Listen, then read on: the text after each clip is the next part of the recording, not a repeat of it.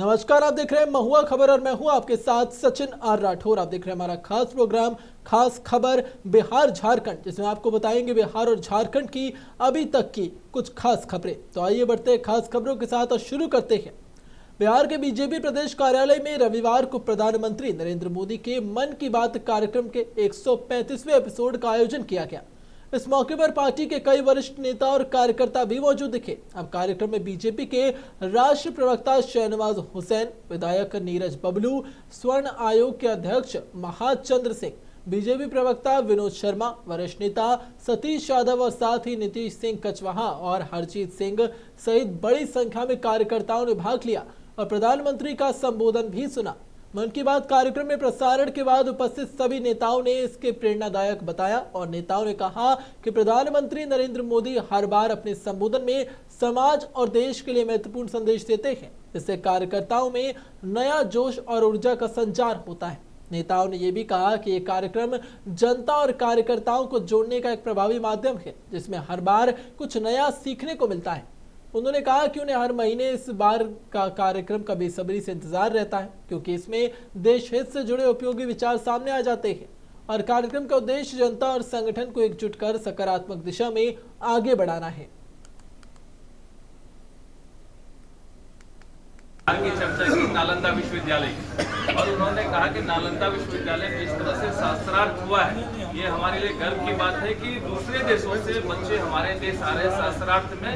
ये जैसे हम विश्वगुरु बनने की बात करते थे, तो वो चीज हमारे सामने आ रहा है। जो हमारे देश की परंपरा है, जो हमारे देश की भाषा है, संस्कृत, आज दूसरे देशों में ये सुनी जा रही है।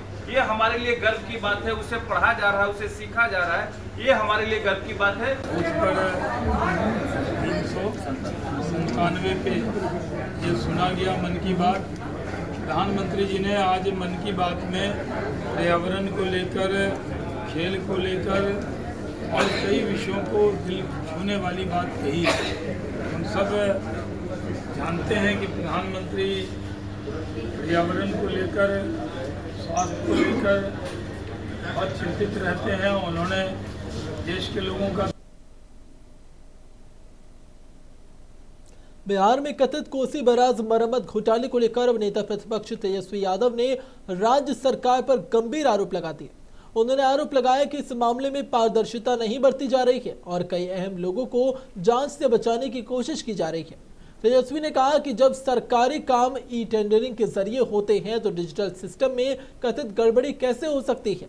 उन्होंने एसवीयू की करीब 4000 पन्नों की चार्जशीट पर भी सवाल उठाए और कहा कि इसमें केवल 7 लोगों को आरोपी बनाया गया, जबकि इसमें अन्य लोगों की भूमिका की जांच नहीं की गई है। उन्होंने पूछा कि जिस विभाग में कथित घोटाला हुआ, उसके मंत्री ने अब तक नैतिक आधार पर इस्तीफा क्यों नहीं दिया। तेजस्वी ने यह भी आरोप लगाया कि ईडी ने कहने पर बावजूद एफआईआर दर्ज करने में देरी की गई और सबूत दबाने की कोशिश भी की गई। साथ ही उन्होंने दावा किया कि सरकार इस पूरे मामले को कमजोर करने का प्रयास करती है। कर्मचारियों को देने के लिए वेतन नहीं है, छात्रों को छात्रवृत्ति देने के लिए नहीं है, पेंशनरों और किसानों को पैसा देने के लिए सरकार का खजाना जो है खाली हो गया। भ्रष्टाचारियों का, घोटालेबाजों का पॉकेट जो है वो गर्म है और किसी को डर नहीं है, किसी को परवाह नहीं है, क्योंकि ये सिस्टम वही पुराना वाला जो सिस्टम है। अभी आप जानते हैं कि जिस हिसाब से बंटर बांट इन लोगों ने बिहार के खजाने का किया, सही ढंग से चाहे राज्य की एजेंसियां हो या केंद्रीय एजेंसियां हो, सही से जांच जो है नहीं कर रही और राज्य की एजेंसियां बिहार सरकार के पूर्व मंत्री नीरज बबलू ने खान सर और भरत तिवारी मामले पर प्रतिक्रिया दी है। खान सर को लेकर उन्होंने आरोप लगाया कि वो फर्जी हिंदू होने का दिखावा करते हैं और कहा कि अगर नियमों का उल्लंघन हुआ तो सभी कोचिंग संस्थानों की जांच कर आवश्यक कार्रवाई की जानी चाहिए। वहीं पर भरत तिवारी मामले पर उन्होंने लोगों से धैर्य रखने की अपील की। नीरज बबलू ने कहा कि जांच टीम अपनी रिपोर्ट तैयार कर रही है और रिपोर्ट आने के बाद किसी निष्कर्ष पर पहुंचा जा सकेगा। उन्होंने दावा किया कि बिहार की सरकार किसी निर्दोष को फंसाती नहीं है और न ही किसी दोषी को बचा के रखती है। और इसके साथ ही उन्होंने केंद्रीय मंत्री जीतन राम मांझी को भी नसीहत देते हुए कहा कि ऐसे मामलों में तथ्यों के सामने आने तक संयम बनाए रखना जरूरी होता है। ये बहरूपिया है, कभी टीका चंदन लगाता है, कभी कलेवा बांध लेता है, कभी रक्षाबंधन में बच्चों को हम समझते हैं कि बहकाने का काम करता है। ये सिर्फ और सिर्फ हिंदू बच्चों को टारगेट करता है, उसे बहला फुसला करके अपना धन अर्जन करने में लगा हुआ है। इसके धन का भी जांच होना चाहिए कि आखिर कितना कमाया, कितना टैक्स दिया, ये टैक्स भर रहा है कि नहीं। तमाम चीज जांच का विषय है और हम ये मांगते हैं, माननीय मुख्यमंत्री जी को हम कहना चाहते हैं कि इस पर संज्ञान। नीट यूजी परीक्षा को लेकर विवाद के विरोध में देवघर में कांग्रेस और युवा कांग्रेस ने मशाल जुलूस निकालकर प्रदर्शन किया। इसके बाद आयोजित प्रेस कॉन्फ्रेंस में नेताओं ने केंद्र सरकार की परीक्षा व्यवस्था पर सवाल उठाए हैं। उन्होंने कहा कि बार बार प्रतियोगी परीक्षाओं में गड़बड़ी की खबरें आने से छात्रों का भरोसा कमजोर होता है। कांग्रेस ने मांग की कि परीक्षा एजेंसियों की जवाबदेही होनी चाहिए, वो तय होनी चाहिए और साथ ही दोषियों पर सख्त कार्रवाई होनी चाहिए। नेताओं ने कहा कि छात्र वर्षों तक मेहनत करते हैं, इसलिए परीक्षा प्रक्रिया पूरी तरीके से पारदर्शी और सुरक्षित होनी चाहिए। गौरतलब है कि नीट यूजी 2024 परीक्षा के बाद पेपर लीक और ग्रेस मार्क्स को लेकर विवाद हुआ था। अब मामला सुप्रीम कोर्ट और सीबीआई तक पहुंच गया। हालांकि सुप्रीम कोर्ट ने दोबारा परीक्षा कराने से इनकार कर दिया था। वहीं पर केंद्र सरकार का कहना है कि परीक्षा प्रणाली को और सुरक्षित बनाने के लिए कई सुधारात्मक कदम उठाए जा रहे हैं। राहुल गांधी जी का जो एक विजन इस देश के अंदर चल रहा है, जो राहुल गांधी जी इस समय जो छात्रों की आवाज बने हुए हैं, वह आवाज को हम लोग आपके माध्यम से उनकी बातों तक, उनके विजन को जनता तक पहुंचाने का काम कर रहे हैं। आज जैसा कि आप तमाम लोग जानते हैं कि वर्तमान समय में नीट बहुत बड़ा मुद्दा है और कितने छात्र इस नीट का जो मैनेजमेंट है उनके करतूतों के कारण कितने छात्र जो है सफर कर रहे हैं। और यह इतना बड़ा ज्वलंत मुद्दा है कि तमाम नौजवान छात्र जो अपने लाखों रुपया लगा के और अपना खून पसीना। कैमूर जिले के मोहनिया प्रखंड की उसरी पंचायत में आयोजित पंचायत विकास दिवस कार्यक्रम में बिहार सरकार के उच्च शिक्षा और विधि विभाग के मंत्री सह कैमूर प्रभारी मंत्री संजय सिंह टाइगर शामिल हुए। इस दौरान उन्होंने पंचायत स्तर पर चल रही विकास योजनाओं की जानकारी दी और अधिकारियों को योजनाओं के प्रभावी क्रियान्वयन के निर्देश भी दिए। कार्यक्रम के दौरान मंत्री ने प्रधानमंत्री नरेंद्र मोदी के मन की बात कार्यक्रम को भी सुना और उपस्थित लोगों के साथ उसमें भागीदारी की है। उन्होंने कहा कि केंद्र और राज्य सरकार की जन कल्याणकारी योजनाओं का लाभ अंतिम व्यक्ति तक पहुंचा और सरकार की प्राथमिकता भी देखी गई। उन्होंने वहां पर प्रधानमंत्री के मन की बात कार्यक्रम की तारीफ की। इसके साथ अब बढ़ते हैं अगली खबर की तरफ। अगली खबर आ रही है कि रक्सौल के सीमावर्ती क्षेत्र बेलाही बाजार में रविवार रात भीषण आगजनी की घटना में उदय पटेल की प्रसिद्ध 99 बाजार दुकान जलकर पूरी तरीके से राख हो गई। आग इतनी ज्यादा तेजी से फैली कि दुकान में रखा आपको बता दें कि सारा सामान, फर्नीचर और साथ ही अन्य सामग्री नष्ट हो चुके हैं। दुकान के बाहर खड़े 2 ई-रिक्शा भी आग की चपेट में आ गए और जल गए। शुरुआती जांच में आग लगने की वजह शॉर्ट सर्किट मानी जा रही है, जबकि हालांकि वास्तविक कारणों की जांच लगातार जारी है। घटना के बाद स्थानीय लोगों ने अपने स्तर पर आग बुझाने का प्रयास किया, लेकिन तब तक काफी ज्यादा नुकसान हो चुका था। ग्रामीणों ने आरोप लगाया कि सूचना देने के बावजूद दमकल की गाड़ी काफी देर तक मौके पर पहुंची है। इसके बाद नुकसान और ज्यादा बढ़ गया। पीड़ित दुकानदार ने लोगों से वहां पर बात की और बताया कि लाखों रुपए के नुकसान की बात की जा रही है। घटना के बाद इलाके में अफरा तफरी का माहौल रहा और स्थानीय लोगों में अग्निशमन विभाग की कार्यशैली को लेकर नाराजगी भी देखी गई।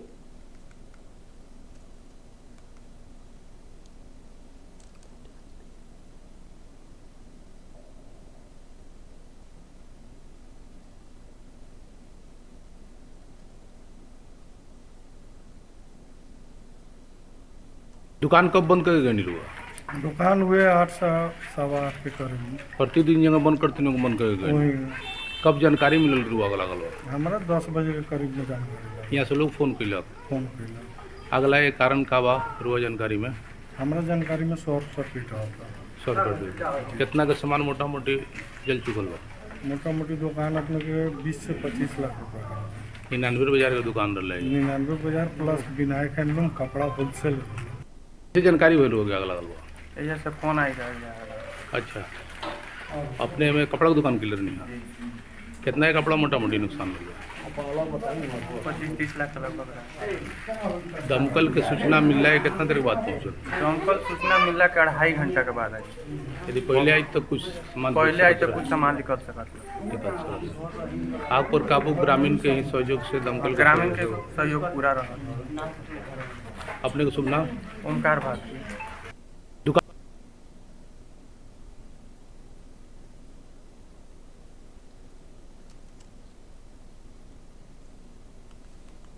मोकामा से श्री अमरनाथ यात्रा के लिए श्रद्धालुओं का पहला जत्था रविवार को जम्मू कश्मीर के लिए रवाना हुआ। आपको बता दें कि हिमगिरी एक्सप्रेसवे से रवाना हुए इस दल में 45 पुरुष और 15 महिलाएं सहित कुल 60 श्रद्धालु शामिल हैं। जत्थे का नेतृत्व सुदर्शन कुमार सिंह और मनोज कुमार सिंह कर रहे हैं। उन्होंने बताया कि इस वर्ष भी उनका उद्देश्य बाबा बर्फानी के प्रथम दर्शन करने का है। अमरनाथ यात्रा की पहली चढ़ाई 3 जुलाई से शुरू की जाएगी, जबकि दर्शन 5 जुलाई से प्रारंभ किए जाएंगे। उन्होंने कहा कि मोकामा से हर वर्ष पहला जत्था प्रथम दर्शन के लिए रवाना किया जाता है और ये परंपरा पिछले 30 सालों से लगातार चलती आ रही है। अमरनाथ गुफा के दर्शन के बाद श्रद्धालु वैष्णो देवी समेत अन्य प्रमुख धार्मिक स्थानों के दर्शन भी करेंगे और श्रद्धालुओं ने यात्रा की सफलता और देश में सुख शांति की कामना करते हुए उत्साह के साथ अपनी यात्रा की शुरुआत की।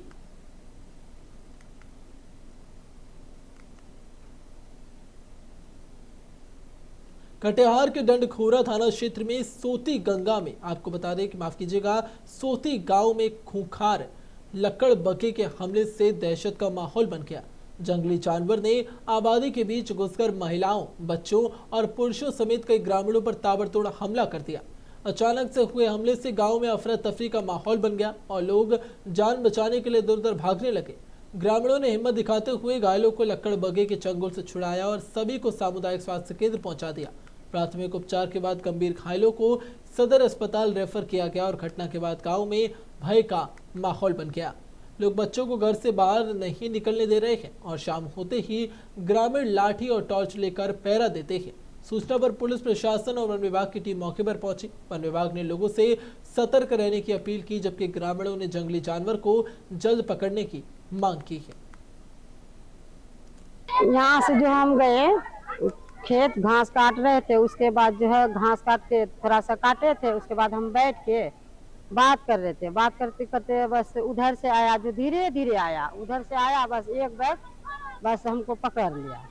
पकड़ा दे उसके बाद हम उसको अंदर कर दिया, हम उसका ऊपर हो गया। मुंडी जो था उसका तर हो गया, उधर टेंग उसका जो है छटपट कर रहा था, वो जो सेंसलेस हो गया, तब हम उसको छोड़ दिया और उसके बाद हम बस निकल गए। मेरा लड़का वहाँ परीक्षा देकर आ रहा था परसों सवेरे 7:30 बजे।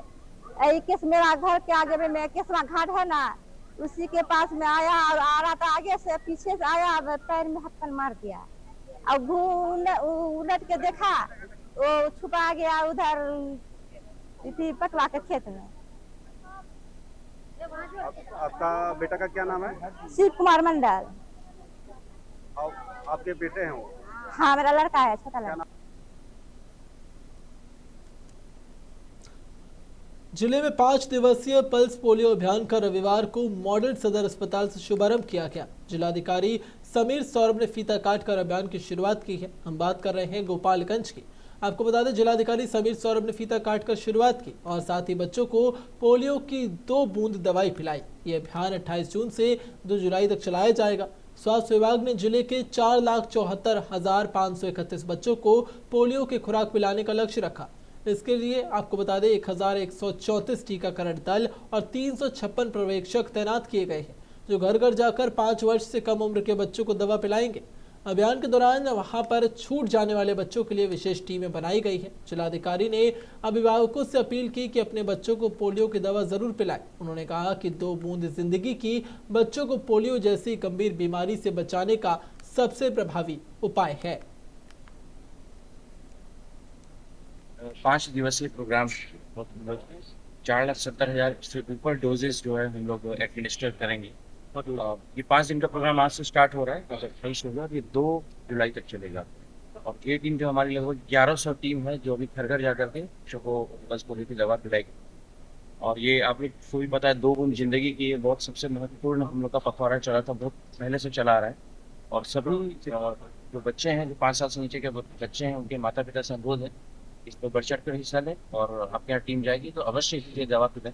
इसके अलावा एक और बी टीम भी बनाई गई है जो 4 तारीख के लिए 4 तारीख को कि अगर इस 5 दिनों में कोई छूट जाते हैं तो उनके लिए बी टीम जाएगी और वो लोग बी टीम के संपर्क स्थापित करते हुए तो वो बूंद जिंदगी की पल्स पोलियो की दवा है वो मिला सकते हैं।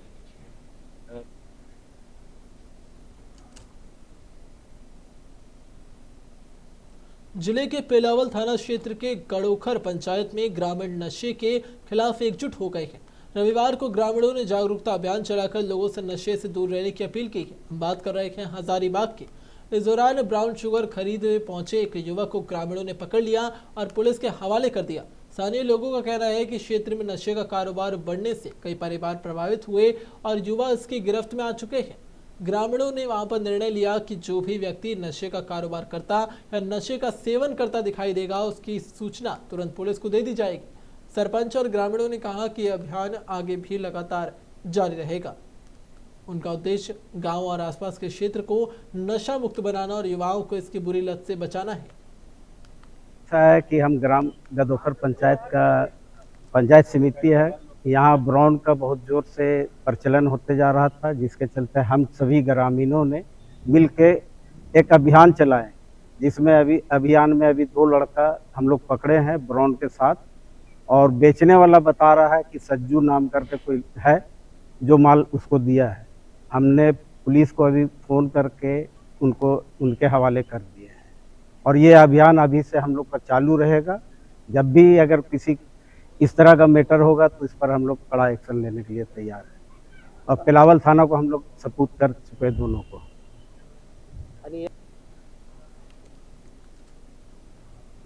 आरा के तार पंचायत के पिलुआ टोला में आपको बता दें कि पंचायत सरकार भवन में निर्माण कार्य को फिर से शुरू कराने की मांग को लेकर रविवार को ग्रामीणों ने विशाल धरना प्रदर्शन किया।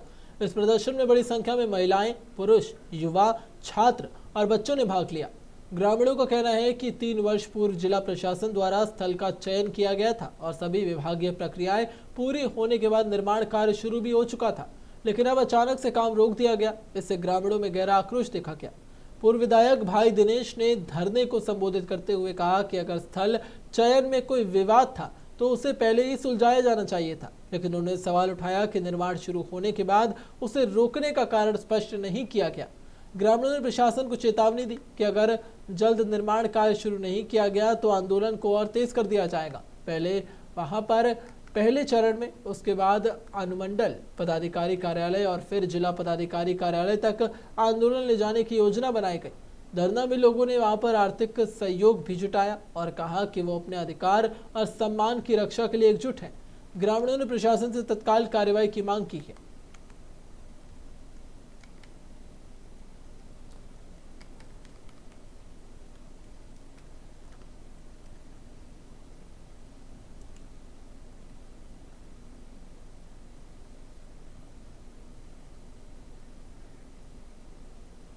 खास खबर में अभी के लिए इतना ही। देखते रहिए महुआ खबर।